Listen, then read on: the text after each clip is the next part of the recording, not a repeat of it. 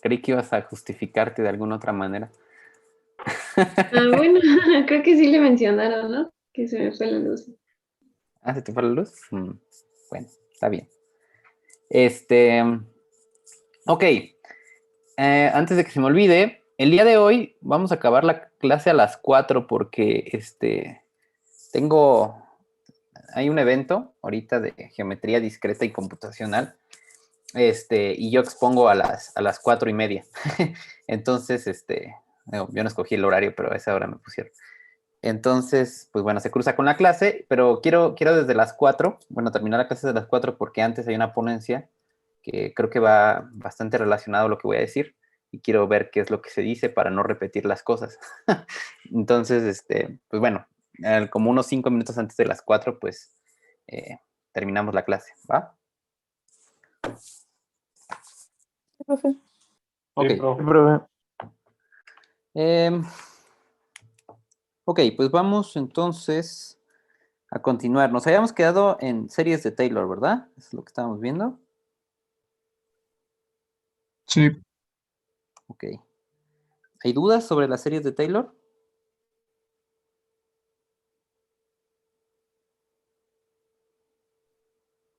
Mm, ¿O hasta ahorita sí se va entendiendo?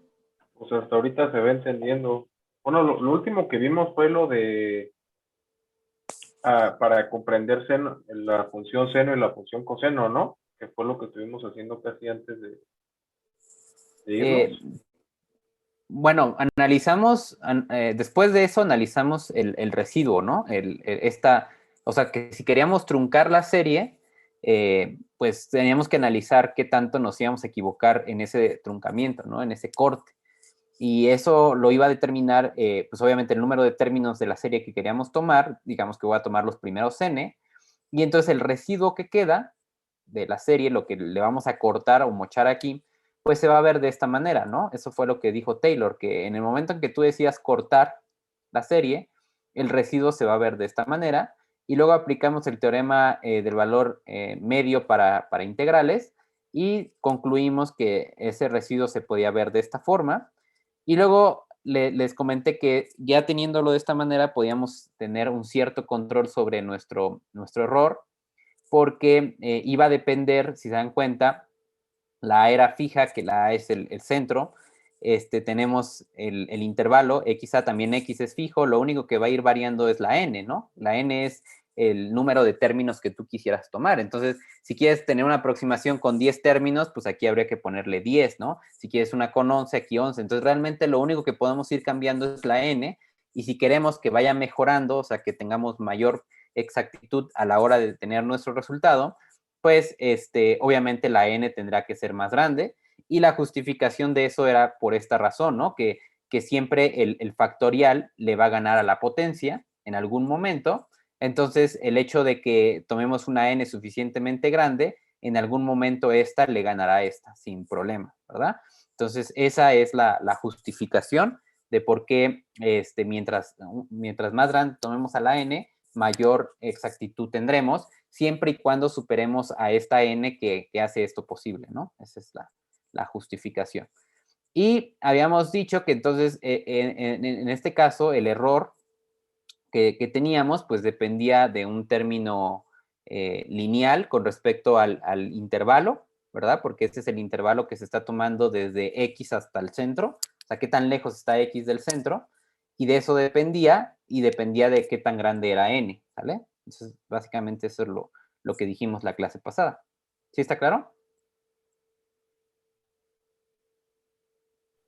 Sí, profe. Bueno.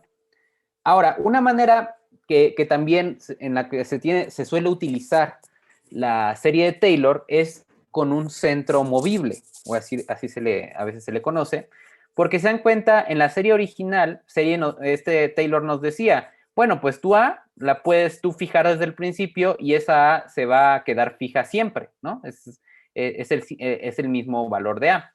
Pero ¿qué pasa, por ejemplo, si tú estás muy lejos a lo mejor del centro, tú quieres evaluar en una X igual a 100, y dices, ¿sabes qué? Si A me tomo igual a 0, a lo mejor voy a estar muy lejos.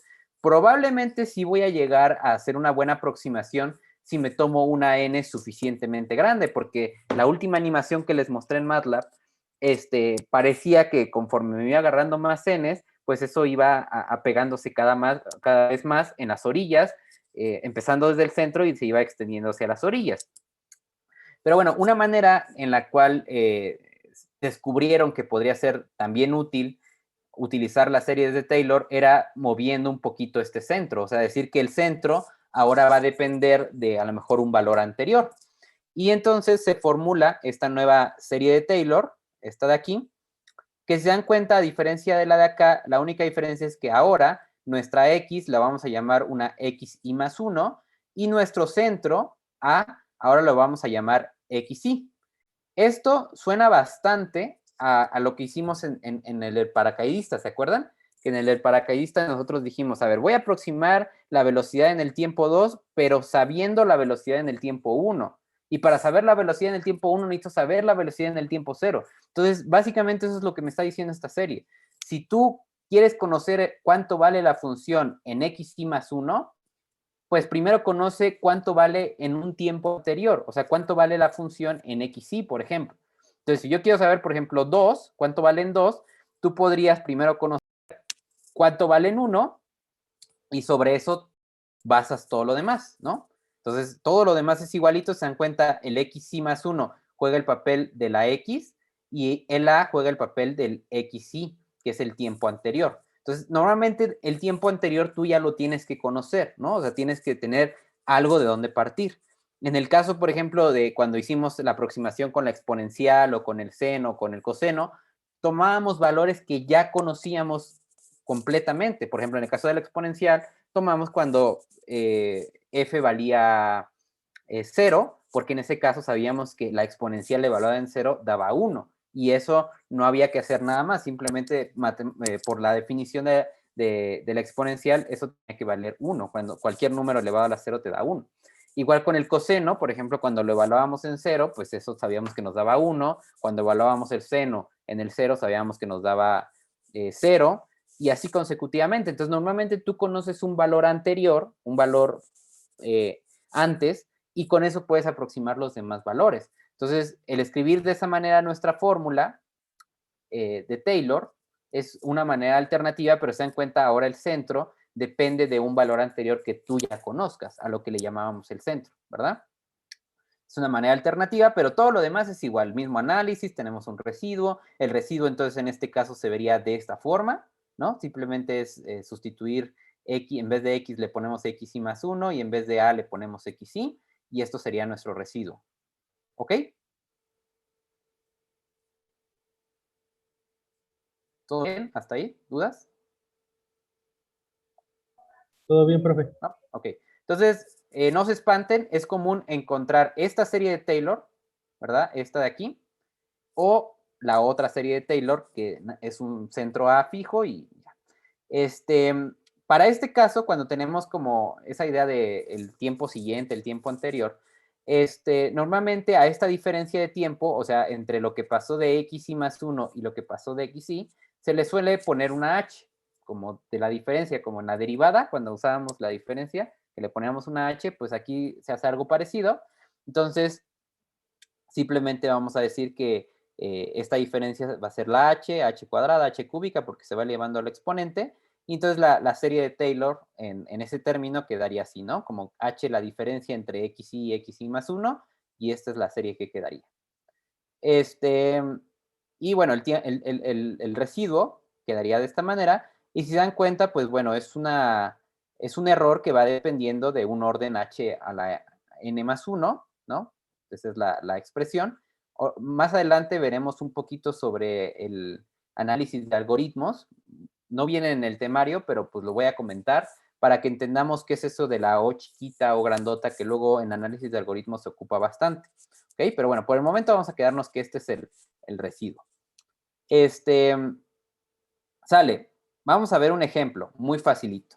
Supongamos que a nosotros nos dan la serie, la función esta de aquí, es un polinomio, y nos dicen, vamos a tratar de aproximar los valores de esta función en el xy más 1 igual a 1, o sea, este es el valor que yo quisiera saber cuánto vale f en 1, pero vamos a tomar entonces el x0, el xy como 0, ese es nuestro valor que vamos a tomar, el centro vale 0, y obviamente el brinco, la diferencia entre este y este, pues es de 1.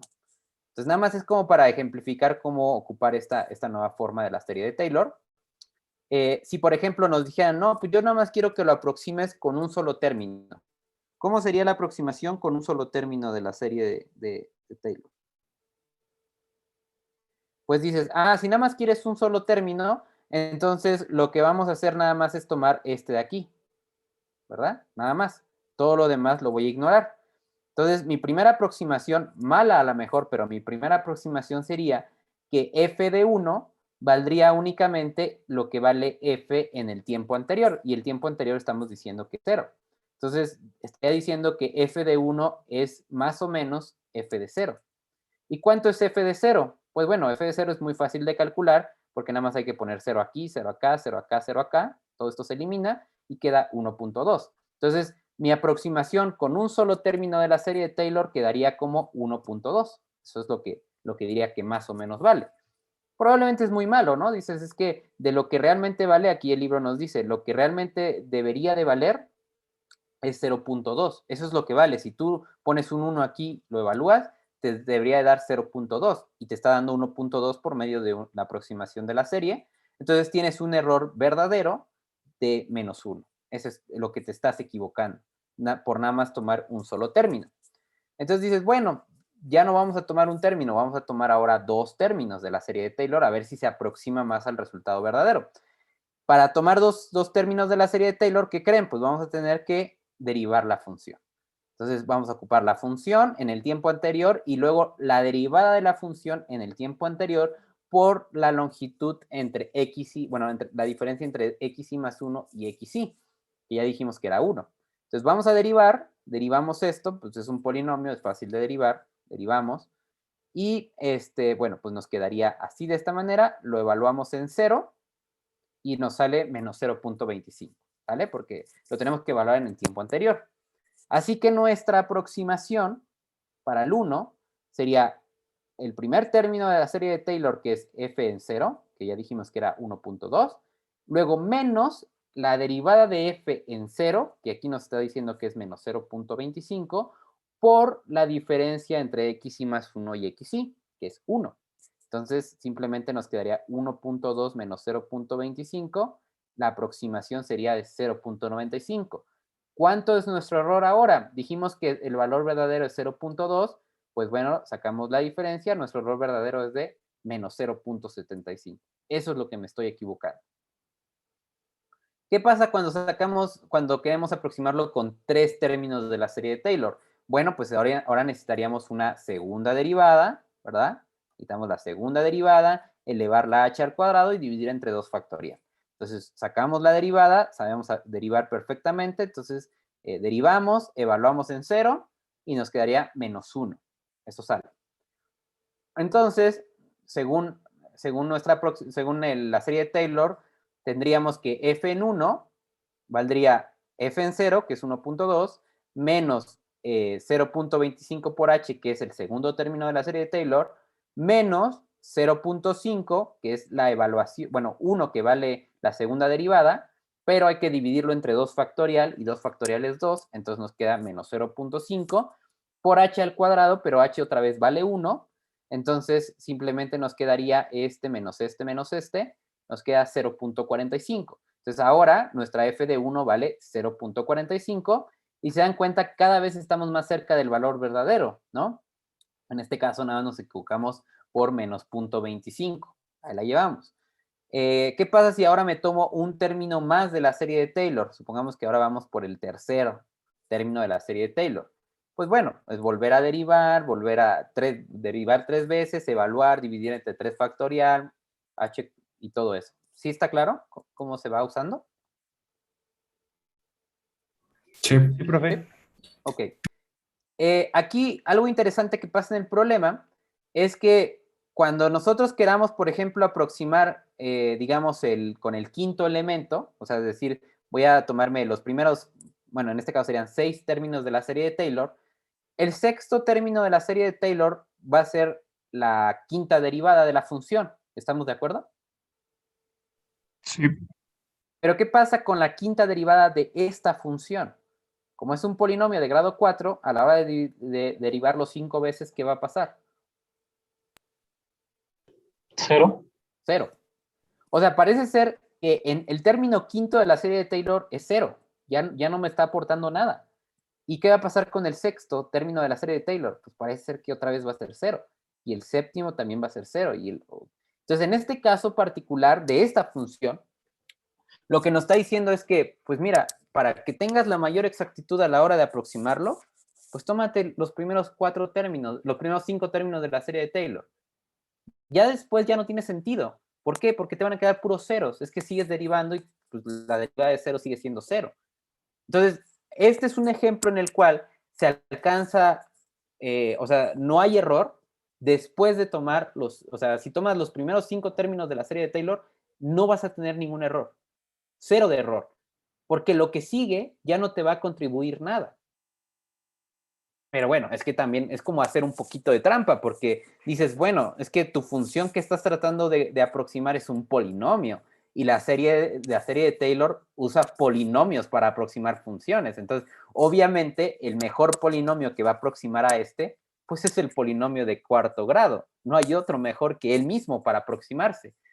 Entonces, como que aplicar series de Taylor a polinomios como que no tiene mucho sentido. ¿Estamos de acuerdo? ¿Quién es el mejor polinomio que aproxima la serie? O sea, tengo un polinomio, ¿cuántos términos tengo que agarrar de la serie de Taylor para mejor aproximarlo? Pues el número, el exponente del polinomio que yo tenga, agarra ese número de términos y estoy seguro que después ya van a ser puros ceros, porque a la hora de derivarlos me va a quedar 0, 0, 0, 0. Entonces, como que este ejemplo está un poco malo, diría yo, aunque sí es ilustrativo para entender cómo funciona la serie, pues simplemente dices, es que, ¿cómo vas a tratar de aproximar un polinomio por medio de polinomios? Pues el mismo polinomio es el mejor que lo aproxima. Que podríamos aproximarlo por polinomios de grado 3 y grado 2, sí es cierto, ¿no? Este de aquí lo podríamos aproximar por polinomios de grado menor. Pero si quieres no equivocarte, pues tómate justamente los 5 primeros términos de la serie y ya con eso no te equivocaste nada. ¿Sí lo ven?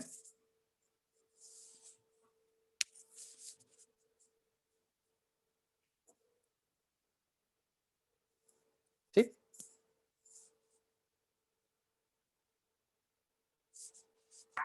Sí. ¿Sí?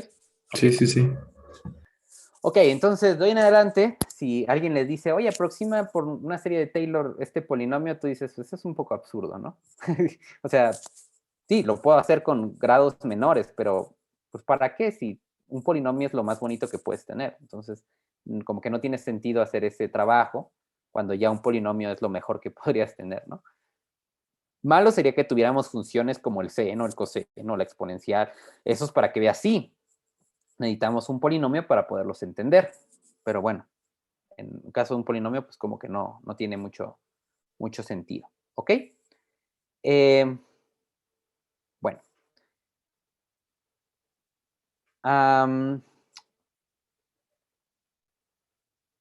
Aquí hay otro ejemplo, donde sí ya tiene un poco más de sentido. Digo, es lo mismo, nada más lo voy a comentar, ¿no? Imagínate que ahora te tomas al coseno como tu función, que ahora sí, les digo, tiene sentido porque esto ya no es un polinomio, y quieres aproximar cuánto vale el coseno en pi tercios, por ejemplo, ¿no? Entonces dices, bueno, dame desde dónde quieres aproximar. Ah, pues quiero que aproximes desde pi cuartos. ¿Por qué? Porque yo sé cuánto vale el coseno en pi cuartos. Ah, bueno, vale. Entonces, si nada más lo aproximo por un solo término de la serie de Taylor, pues esto es lo que quedaría, ¿no? La f, que es el coseno en pi tercios, con un solo término, pues sería nada más evaluar el coseno en pi cuartos, que saldría esto, ¿no? Si lo quiero con una aproximación de 2 términos de la serie de Taylor, pues simplemente es el primer término que nada más es evaluar el coseno en el punto anterior y luego sumarle la derivada de la función evaluada en el punto anterior por la diferencia entre el punto nuevo y el punto anterior. Entonces, en este caso, la derivada del coseno es el menos seno, por eso tenemos un menos aquí. Si se dan cuenta, se está evaluando en el punto anterior, que sería el pi cuartos, y estamos multiplicando la diferencia entre lo que hay entre pi tercios y pi cuartos, que en este caso es pi doceavos. Esa es la diferencia entre este y este. Y ya haciendo esta operación y asumiendo que tú sabes cuánto vale estas funciones en el punto anterior, pues bueno, te sale tu resultado. Y así podemos ir agregando términos y términos y términos y términos. ¿Ok?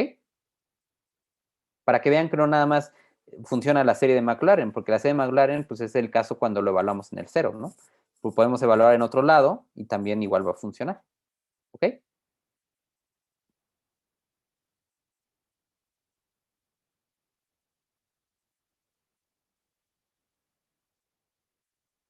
¿Todo bien?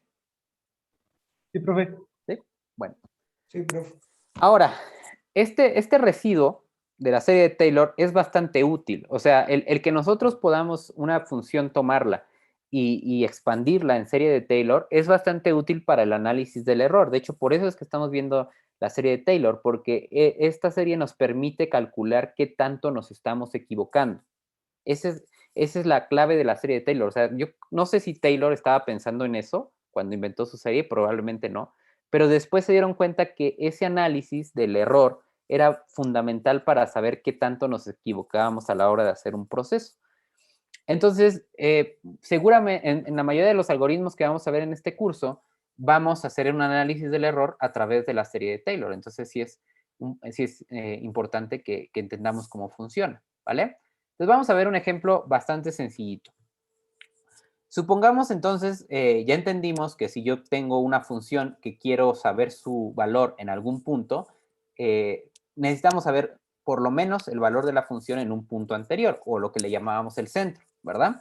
Entonces, si nada más aproximamos por un solo término del error, entonces, por un solo término de la serie de Taylor, entonces simplemente decimos que el nuevo valor va a valer pues exactamente lo mismo que el valor anterior, lo cual es una muy mala aproximación, y nuestro residuo, o sea, lo que aquí le estamos cortando a la serie, pues se va a ver de esta forma, ¿no? Entonces decimos que el residuo de 0, pues se ve de esta manera, pero una cuestión interesante es que lo que más va a pesar, o sea, digamos, de todos los términos que aquí estoy quitando, el que más va a pesar, el que lleva como la batuta de la fuerza de nuestro error, es únicamente el primer término, es el término lineal.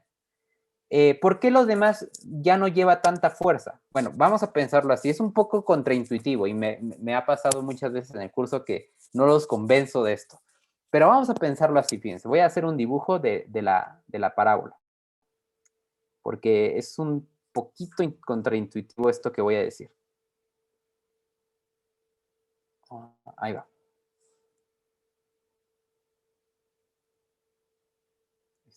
Entonces, fíjense. Vamos a dibujar la parábola. Vamos a hacer un ejemplo de una parábola. Ahí está. Fíjense, cuando yo les digo, a ver, tengo una parábola y a lo mejor le sumo un término lineal, ¿no? 5x. Cuando yo les pregunto, ¿quién de estos dos términos es el que realmente lleva la fuerza de la función? O sea, el que lleva como la batuta, el que te dice cómo se va a comportar, ¿quién es? ¿El término lineal o el término cuadrático? Pues el término cuadrático, ¿no? Cuadrático.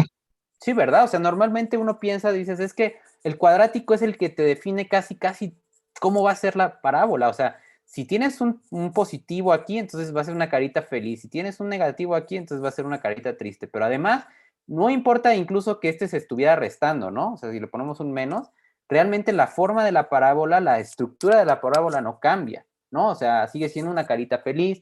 Y no importa que esto se vaya al infinito, el x cuadrada siempre le va a ganar al término lineal, ¿verdad? Pues sí. Sí. Eso es lo que normalmente nosotros pensamos y está bien que pensemos así. El problema ahora es, o sea, eso lo pensamos cuando esto se va al infinito. O sea, normalmente cuando dicen quién gana entre estas cosas es cuando pensamos que x está yendo al infinito, ¿no? Entonces dices, bueno, cuando x se va al infinito, este le va a ganar a este. Este lleva la batuta, este lleva la fuerza, porque este le va al cuadrado. Pero ahora la pregunta es, ¿qué pasa si yo hago que x se vaya a 0? ¿Quién lleva la batuta? ¿Lo lleva el término lineal o lo lleva el término cuadrático? ¿Sí se dan cuenta de la diferencia de la pregunta? O sea, Ahora yo no me quiero aproximar al infinito, me quiero aproximar a cero. ¿Quién es el que lleva la mayor fuerza cuando me quiero aproximar a cero? ¿El término cuadrático o el término lineal? El lineal, porque es el que te está diciendo en qué parte de la recta se va a desarrollar. Bueno, ahorita lo vi cuando cambió el signo de lineal. Ujú. O sea, de las dos maneras se aproxima a cero, pero si lo pones con un signo negativo, se aproxima de un lado, y si lo pones con un signo positivo, se aproxima del otro lado. Bueno, no sé. Es un poco, es más sencillo de ver, fíjense. Cuando X empieza a tomar valores cercanos a cero, vamos a poner, por ejemplo, con 0.1. Bueno, es más, vamos a intentarlo con 1. Cuando X toma el valor de 1, ¿quién lleva más fuerza? ¿X cuadrada o X? Ya no piensen en el 5, es más, vamos a quitar el 5. Piénsenlo nada más así. ¿Quién lleva más fuerza cuando evaluamos X en 1? O sea, ¿quién es el más grande? Los dos están iguales, ¿verdad? Digamos que es el punto de empate. Pero cuando me tomo un número un poco más pequeño, por ejemplo 0.5, ¿quién es más grande que quién? La X es más grande que X cuadrada. Claro. Si se dan cuenta que cuando X baja de 1, entonces el término cuadrático se va a hacer sumamente pequeño, ¿verdad? Tan pequeño que hasta puede ser despreciable con respecto al término lineal. O sea, aquí en el caso cuando X vale 0.5, aquí me queda 0.25 y aquí me queda 0.5. Entonces digamos que el que lleva más fuerza es el término lineal. Es el término que lleva, o sea, que tiene un peso mayor. Si yo, por ejemplo, ahora me tomo 0.1, ¿qué va a pasar? Bueno, pues cuando lo elevo al cuadrado me va a quedar 0.01 y aquí me va a quedar 0.1. Díganme, ¿quién es más despreciable de los dos términos? Pues el cuadrático, ¿verdad? O sea, 0.01 ya es casi nada. Y si yo me tomo 0.01 como X, pues este de aquí cuando lo eleve al cuadrado, olvídense, es como 0.000, creo que son 4 ceros y un 1, ¿no? Creo que sí. Bueno, a ver, ¿cuánto es? Punto 0.01 al cuadrado. Sí, es un 1 y 4 ceros. Ah, no, son 3 ceros, ¿verdad? Es 1 por 10 a la menos 4. No, sí son 4 ceros, ¿verdad? Entonces, si se dan cuenta que el término cuadrático, conforme X se va a 0, se hace cada vez más despreciable. O sea, como que es todo lo contrario a lo que pasa cuando se va al infinito. Cuando se va al infinito, el poderoso es el X cuadrada, es el que más peso tiene. Pero cuando se va acercando a 0, los papeles se invierten. El lineal lleva mucha más fuerza que el cuadrático, porque el cuadrático se hace bien, bien, bien pequeñito, que ya es despreciable, ¿no? Que se llega a un momento en el cual dices, ya, a comparación de lo que tengo en el término lineal, el término cuadrático ya no me dice mucho. Y olvídate, si tuvieras un término cúbico, pues mucho menos, y un término cuadrático, pues mucho menos. ¿Sí lo ven?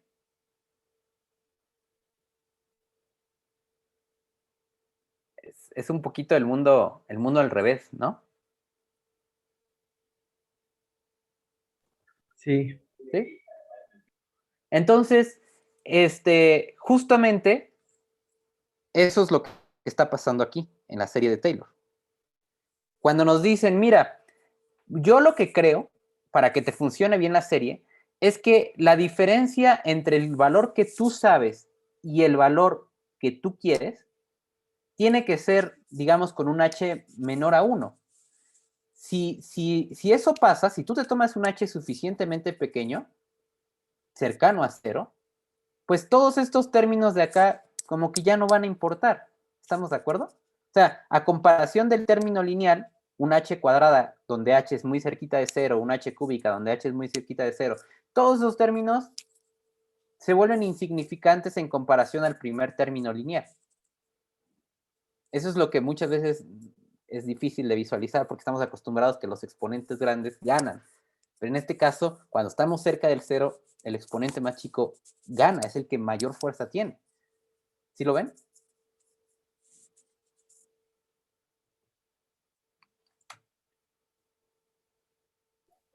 Sí. Entonces, dices, bueno, si queremos simplificarnos un poco las cosas, lo que te podría decir que entonces el residuo de todos los términos que tenemos aquí, realmente el que lleva el mayor peso, pues va a ser el primero que te encuentres. O sea, en este caso sería el H lineal. Entonces voy a decir que el residuo es más o menos esto de aquí, más o menos. Eso es lo que te estás equivocando. No te estoy diciendo que es exacto, ojo, porque le estoy quitando esto, pero estoy diciendo que tu residuo más o menos es de este orden. El que te interesa, el que te preocupa es este, porque es el término más grande que vas a tener cuando H se vaya a cero. ¿Sale? Entonces, dices, si esto es lo que me preocupa, o no. ¿Qué va a pasar cuando en vez de tomarme un solo término de la serie de Taylor, por ejemplo, me tomo dos? Si me tomo aquí el siguiente término, entonces mi residuo, ya no lo va a tener y va a tener esto. ¿Quién va a ser mi siguiente preocupación? Pues va a ser cuando esté al cuadrado. O sea, va a ser el término cuadrático.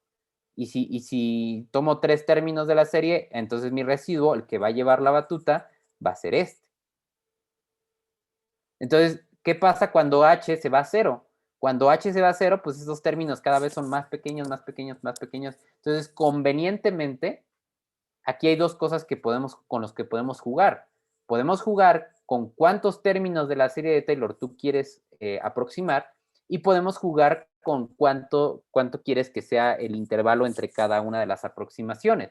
O sea, cuánto quieres que haya entre xy más 1 y xy. Si se dan cuenta que son dos cosas con las que podemos jugar y si las dos las jugamos correctamente, si encontramos un equilibrio entre las dos, tendríamos una mayor precisión a la hora de sacar nuestra aproximación. O sea, tanto tomar muchos términos de la serie de Taylor ayudaría porque entonces cada vez nuestro H se va haciendo más pequeño, bueno, más bien vamos teniendo un exponente más grande y como H lo vamos a ir reduciendo, entonces eso va a hacer que se vaya más rápido a cero. Es como un juego entre tomar una H adecuada y entre tomar suficientes términos de la serie de Taylor. Pero en ambos casos, tanto en tomar más términos de la serie de Taylor como en ir haciendo más chiquita H, involucra más trabajo. ¿Por qué involucra más trabajo? Bueno, si sumamos más términos de la serie de Taylor, obviamente a una computadora le va a costar más trabajo. Uno. Y luego, si queremos hacer cada vez más chiquitos la H, lo que querría decir es que para poder, por ejemplo, aproximar del 2 a partir del 0, primero voy a tener que aproximar a lo mejor del 0 al 1.1, al 0.1 y luego al 0.2 y luego al 0.3. Lo mismo que hicimos en el experimento del paracaidista, que para tener mayor exactitud, lo que tuvimos que hacer fue partir nuestro intervalo en más cachitos, y eso lleva trabajo. Entonces, por eso es que la H normalmente la tomamos, pues que sea menor que 1 para que funcione bien, pero el número de términos de la serie de Taylor, pues es más conveniente eso aumentarlo que estar partiendo nuestro intervalo en cachitos cada vez más pequeños. ¿Sí?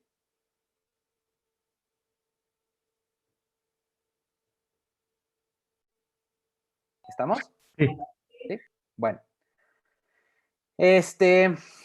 Y por ejemplo, cuando a nosotros nos dicen, ¿sabes qué? Quiero aproximar una derivada con la serie de Taylor, o como lo hicimos en el caso del paracaidista, pero en el caso del paracaidista nosotros no dijimos qué tanto nos equivocamos. ¿Sí se acuerdan que en el caso del paracaidista lo único que dijimos es, ¿sabes qué? La derivada en el caso del paracaidista, nuestra b' en t, dijimos, pues bueno, esto es más o menos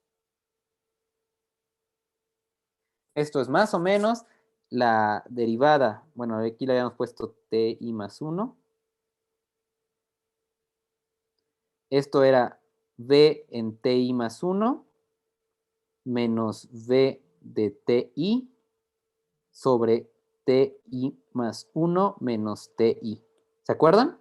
Eso dijimos y de aquí despejamos este término de acá. Bueno, dijimos que era más o menos esto y la idea de dónde salió esto fue de nuestra clase de cálculo donde nos decía, es que esto es más o menos la pendiente de la recta tangente y pues es más o menos esto de aquí. quitándole límite, ¿no? Porque el chiste aquí es que para que sean iguales es que el límite de este con este se aproxime, que TI se aproxima a TI más 1. Entonces, la idea fue quitarlo, simplemente dijimos vamos a quitarlo para que se haga más fácil, pero nunca dijimos qué error teníamos, qué error estábamos generando si hacíamos esto. Y ahorita, gracias a la serie de Taylor, ya vamos a poder saber qué error estoy cometiendo aquí. Lo que al principio se me hizo pues fácil mocharle ahí el límite, ahorita vamos a ver qué tanto realmente nos estamos equivocando. ¿Vale? O sea, de qué orden es nuestro error. Pero bueno, vamos a volvernos a conectar y continuamos.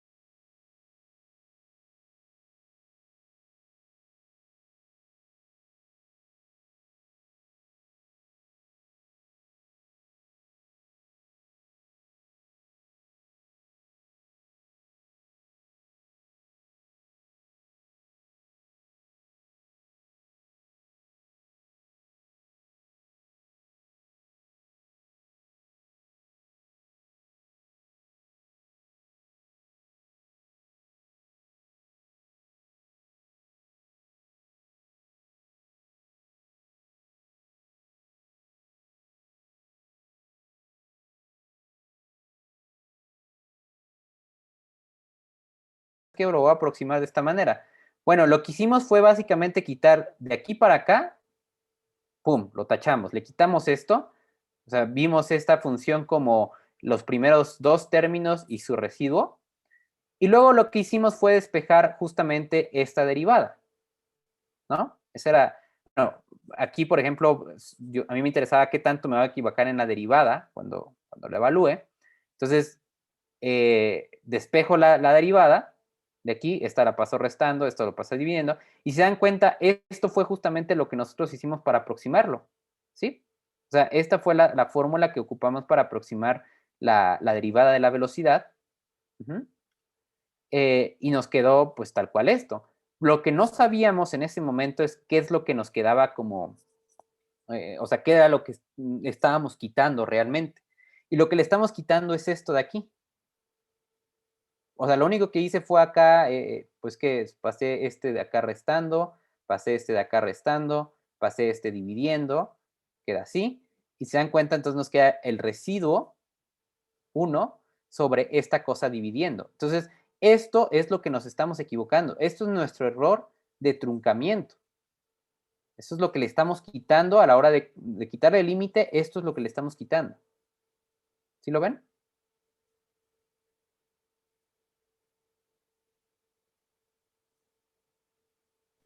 Sí, profe. ¿Sí?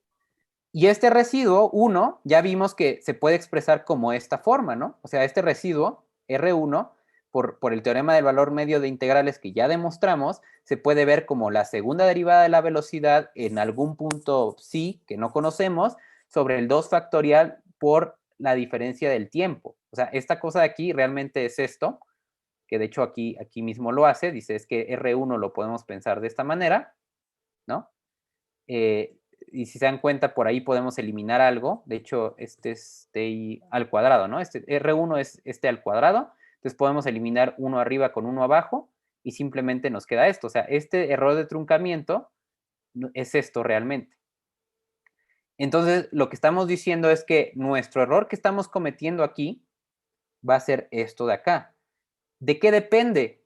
Pues depende totalmente de qué tan grande sea el intervalo que estemos tomando aquí, ¿no? O sea, si lo estoy truncando de orden 1, porque eso es lo que estoy haciendo, o sea, simplemente le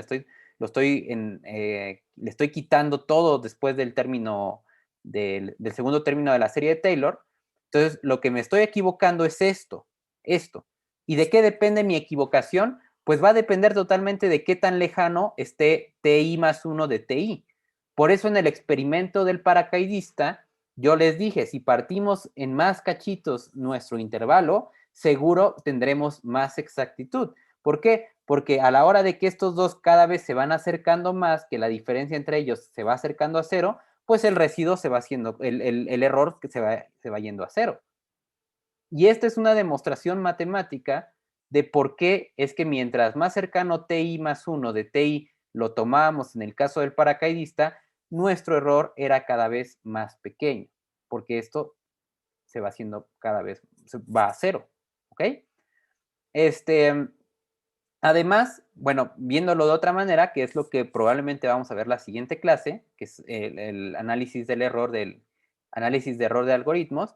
Esto de aquí, como esto, digamos, no me preocupa, esto es como una constante, lo único que está en juego es esto, entonces podemos decir que el error va a depender, esto es una O grande, de qué tanta distancia haya entre mi aproximación siguiente y el valor que conozco. O sea, básicamente todo esto lo podríamos entender nada más a través de la distancia que hay entre TI más 1 TI, porque esto es una constante. O sea lo que sea, esto no se va a mover. Lo que me preocupa es esto de aquí.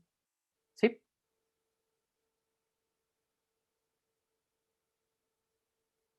Sí, profe. ¿Sí? Bueno. Entonces, pues la próxima clase platicamos un poquito sobre eso, platicamos sobre el orden de los errores, platicamos, de hecho, vamos a platicar de algo que seguramente toda la vida, bueno, no toda la vida, pero desde que entraron a la carrera han hablado así y no se habían dado cuenta. Eso de que, por ejemplo, x cuadrada le gana a x, esa es una forma interesante de ver las cosas, pero ¿cómo se dice realmente matemáticamente? O sea, ¿cómo matemáticamente decimos eso y demostramos eso? ¿No? Entonces, vamos a ver órdenes de funciones, órdenes de los errores, cómo se calculan, cómo se definen, etcétera, para que ya tengamos un control de nuestros errores, para saber qué tanto nos estamos equivocando. ¿Ok? Pues bueno, aquí la dejamos entonces para que yo me conecte al congreso. Que les vaya bien. Va, profe. Nos vemos el viernes. Adiós, profe. Hasta luego. Profe, Profe. Suerte con su ponencia. Gracias.